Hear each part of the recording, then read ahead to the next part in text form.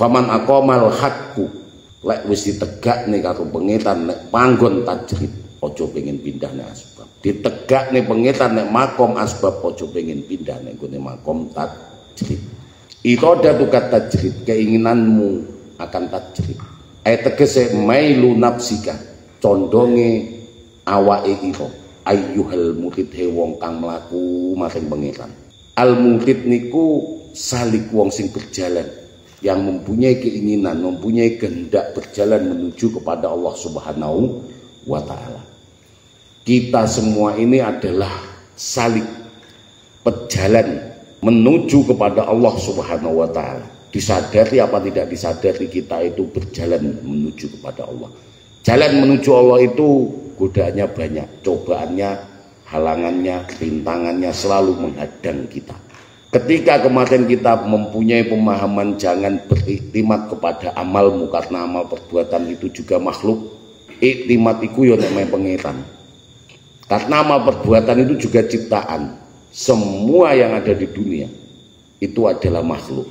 Al-aqwan kulluhu dulmah, semua makhluk atau selain Allah Subhanahu wa taala itu dulmah.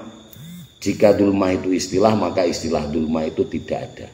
Semua yang ada di dunia ini adalah dulmah, tidak ada. Annama anatuhu wujudu duhuril haqqi. Jika nur juga istilah dimaknai yang mengadakan, maka semua yang ada di dunia ini akan ada jika diadakan wujudud duhuril haqqi, adanya wujudnya Allah Subhanahu wa taala. Maka ketika kita itu berjalan menuju kepada Allah Subhanahu wa taala, pegangan kita hanya Allah. Dan kita berjalan menuju kepada Allah itu jangan pernah merasa sampai. Lek sampai wis mati ya dewe. Ketika kita udah merasa sampai, berarti kita merasa ketemu dengan pengetan kita. Lek wis ketemu ya saate mati dhisik. Nabi Musa itu pernah bertanya kepada Allah, lama ja'a Musa limiqatina. Ketika Nabi Musa itu di Gunung Tursina, wa kallamahu rabbuh, dan ketika itu ngobrol dengan Tuhannya. Qala mongko dawuh sapa Musa, Rabbi arini andur ilaika, ya Allah bolehkah aku melihat engkau? Qala lan taroni, kowe tak bakalan iso ndelok aku. Walakin indur ilal jabali, tapi delok engke gunung kae. Fa inistaqarra makanah fasaufa taroni. Kowe lek iso munggah gunung kae, terus kowe iso netep nek gone kono, kowe mesti iso ndelok aku. Falamma tajalla rabbuh, ketika Allah bertajalli untuk gunung, fajalahu dakka, mongko tajalinya Allah ini menjadikan gunung itu hancur lebur, berkeping-keping. Fakhara Musa, dan Musa pingsan. Ketika Musa pingsan itu ada yang menafsiri melihat Allah, tapi sakate pingsan.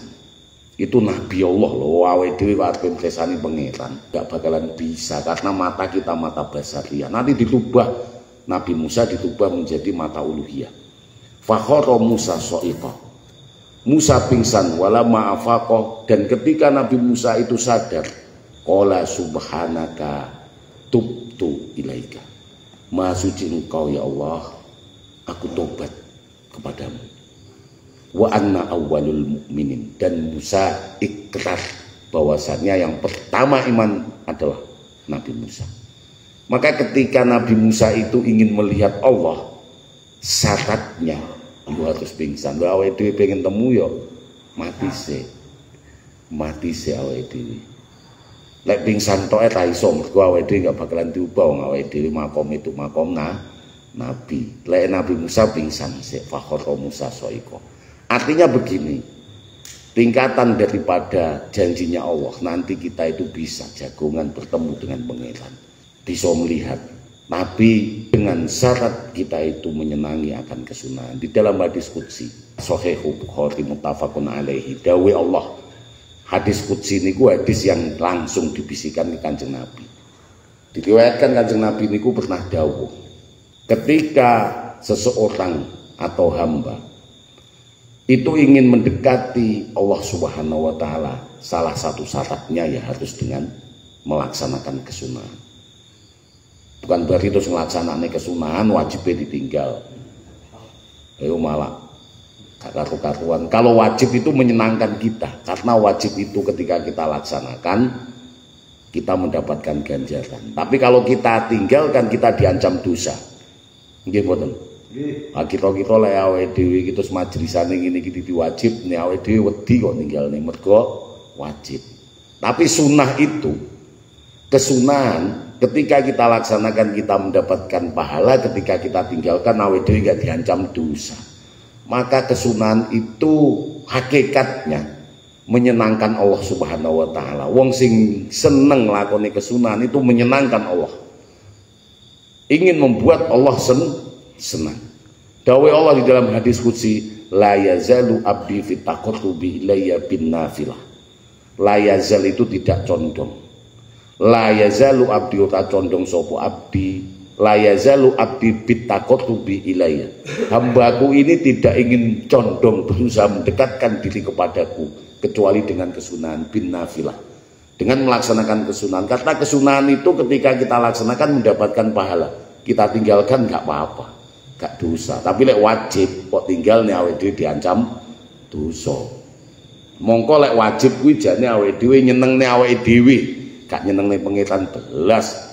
Wong awake dhewe nglaksanane wajib iki mergo wedi diancam dosa, diancam azab. Tetapi kalau kesunahan awake dhewe gak duweni kesenengan sebenarnya hakikatnya. Pengen nyenengne pengiran. Mongko Tabiatul Adawiyah terus pundi? Kalau ibadahku ini karena surgamu, tutup surgamu dariku. Kalau ibadahku ini karena aku wedi nek neraka ning jenengan, nyen buka nyen delepne kula tengene nerakamu.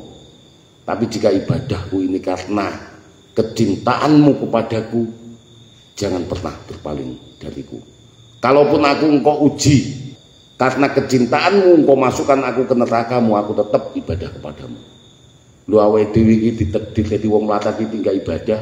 Dewi cobaan titik rodok sikile iki lho rodok abuh titik gak gelem jamaah, dicoba itu kata pangeran. Mau enggak kita itu melaksanakan ibadah? Maka ketika Kanjeng Nabi mendapatkan hadis qudsi itu dipahami oleh para ulama seperti ini.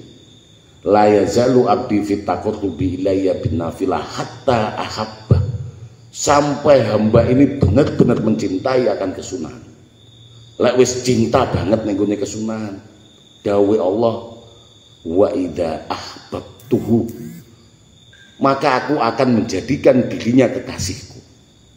Ay habba ya hubbu habbatan wa mahabbatan fahuwa habibun wa dzaka mahbubun hubba la tahubba mahabbatan mihbatan. Habibun nggih.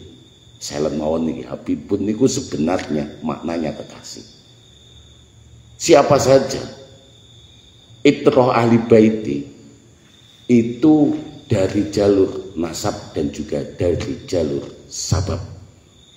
Salah satu hadisnya Kanjeng Nabi yang menunjukkan Habib itu dari jalur sabab itu adalah hadisah perang Kondak. Perang Kondak itu perang yang membutuhkan parit god. Yang mempunyai ide itu adalah Salman Al-Farisi. Sampai dikatakan oleh orang-orang Ansor Muhajirin saking mencintai Salman Al-Farisi mengatakan ada Salman min ahli, dari keluargaku. Bahkan Kanjeng Nabi dawuh Salman minna ahla baiti. Padahal Salman bukan keturunannya Kanjeng Nabi, tapi berasal dari Faris. Faris itu Perancis. Salman Al-Farisi minna ahla baiti. Jadi dari jalur sabab itu orang-orang yang berpegang dengan Quran dan hadis sunnah Kanjeng Nabi. Ketika mencintai kesunahan, kuntu ahbabtuhu, aku akan menjadikan dirinya kekasihku. Ini dawuh Allah, bukan dawuh Kanjeng Nabi hadis qudsi ini. Yang meriwayatkan Kanjeng Nabi, aku telah menjadikan dirinya kekasihku. Lek wis tak dadekne kekasihnya, kuntu sam'ahu, aku akan menjadi pendengarannya. Alladhi yasma'u bihi, yang dia pakai untuk mendengarkan. Wa kuntu basarahu, dan aku akan menjadi penglihatannya. Alladhi yabsiru bihi, yang dia pakai untuk melihat. Wa kuntu yadah, dan aku akan menjadi tangannya yang dia pakai untuk yabtisu biha. Wa kuntu rijlah, dan aku akan menjadi kakinya. Alladhi yamsi biha, yang dia pakai untuk berjalan. Penglihatan, pendengaran, tangan, kaki, uluhiyah akan dirubah bisa ketemu dengan Pangerane.